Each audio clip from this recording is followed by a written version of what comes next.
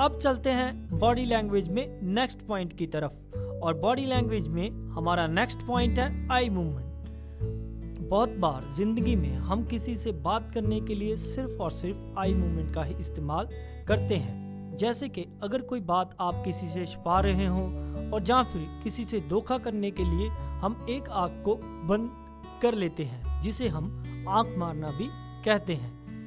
ऐसे ही जब हम कोई शॉकेबल न्यूज़ सुनते हैं तो हमारी दोनों आंखें पूरी तरह से ओपन हो जाती हैं, जैसे कि आप इस पिक्चर में देख रहे हैं। अगर हम गुस्से में होते हैं, या फिर खुश होते हैं, और या फिर डरे हुए होते हैं, तो हमारी आई मूवमेंट भी उसी के मुताबिक चेंज हो जाती है। इस तरीके से हमारी आई मूवमेंट बिना कुछ कहे कम्युनिकेट करती हैं। तो अब हमने आपको बताया बॉडी लैंग्वेज में आई मूवमेंट के बारे में। अब हम बॉडी लैंग्वेज में जानते हैं face expressions and head movements के बारे में। आपने अक्सर ही लोगों को ऐसे कहते हुए सुना होगा कि तुम्हारे फेस एक्सप्रेशंस ही सब कुछ बता रहे हैं। तो हाँ, ये बिल्कुल सही बात है।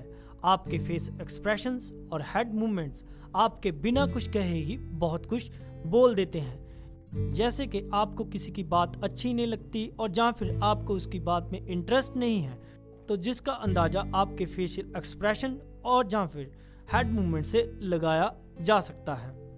और अगर आप नर्वस महसूस कर रहे हैं, उसी वक्त आपके फेशियल एक्सप्रेशन भी बदल जाएंगे। इस तरीके से एंग्री, हैप्पी, इरिटेशन और या फिर किसी भी सिचुएशन से आप गुजर रहे होते हैं, तो उसी वक्त आपके फेशियल एक्सप्रेशन और हेड मूवमेंट से अंदाजा भी लगाया जा सकता है।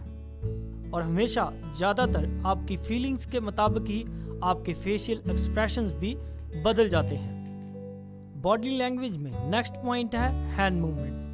बहुत सी ऐसी बातें हैं जो हम सिर्फ हैंड मूवमेंट की मदद से ही कह डालते हैं, जैसे कि ओके, जो कि किसी चीज़ की तारीफ करने के लिए हम इस्तेमाल करते हैं, या फिर उसे फाइनल करने के लिए हम ओके शब्द का इस्तेमाल करते हैं, और जिसके लिए हमारा हैंड मूवमेंट्स कुछ इस तरीके का होता है।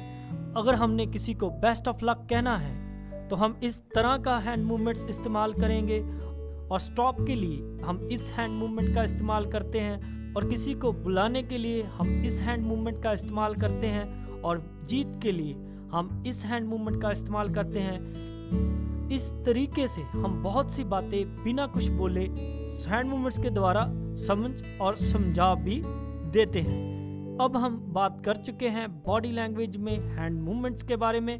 अब हम जानेंगे बॉडी लैंग्वेज में बॉडी कांटेक्ट ऑब्लिक क्लोजनेस के बारे में।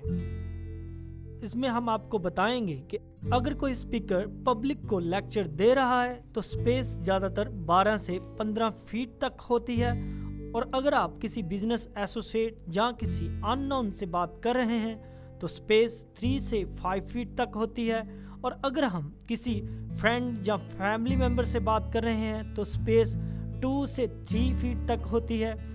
और intimate space like feeling of touch, जैसे कि जब हम अपने पेरेंट्स या अपने बच्चों के साथ होते हैं, उसमें स्पेस 1 फीट तक होती है। सो इस तरीके से बॉडी कांटेक्ट ब्ली क्लोजनेस भी एक नॉन वर्बल कम्युनिकेशन का रोल प्ले करती है।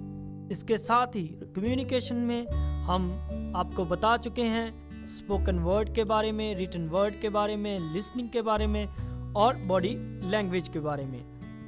अब हम जानते हैं what is a visual image. Visual communication जिसका इस्तेमाल आजकल बहुत ज़्यादा हो रहा है, क्योंकि आजकल प्रेजेंटेशन के दौरान शब्दों का कम इस्तेमाल कर और ग्राफ और पिक्चर का ज़्यादा इस्तेमाल कर प्रेजेंटेशन दिए जा रहे हैं। क्योंकि पिक्चर और ग्राफ की मदद से हम कोई भी सिचुएशन बहुत आसानी से किसी को समझा सकते हैं, और पिक्चर्स और ग्राफ की मदद से वो इंसान उस सिचुएशन को भी अच्छी तरीके से समझ लेता है। इस तरीके से विजुअल कम्युनिकेशन भी दिन ब दिन बढ़ता चला जा रहा है।